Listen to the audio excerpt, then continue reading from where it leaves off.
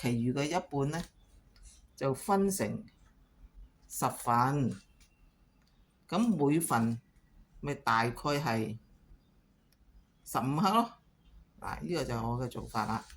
咁跟住我就要配10克嘅陳皮，咁我就喺 AI 度問一塊陳皮大概係幾多克，咁我話睇你幾多年嘅，咁我攞個 average 啦，咁我而家就攞呢一度，咁樣就當10克陳皮大概1片半到啦，你當，咁咧我就準備去煲水飲，睇下酸唔酸，睇下個效果點。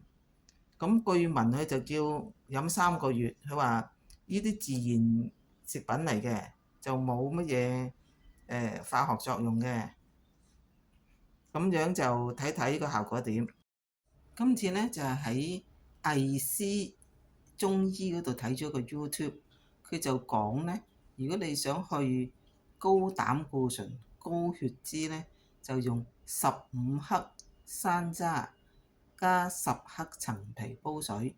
所以今朝咧就買咗半斤山楂。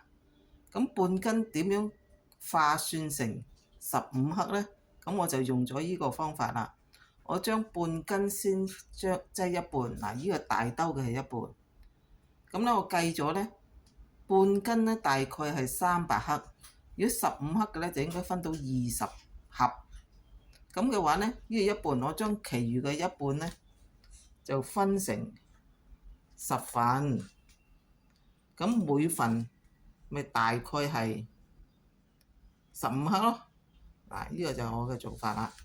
咁跟住我就要配10克嘅陳皮，咁我就喺 AI 度問一塊陳皮大概係幾多克，咁我話睇你幾多年嘅，咁我攞個 average 啦，咁我而家就攞呢一度，咁樣就當10克陳皮大概1片半到啦，你當，咁咧我就準備去煲水飲，睇下酸唔酸，睇下個效果點。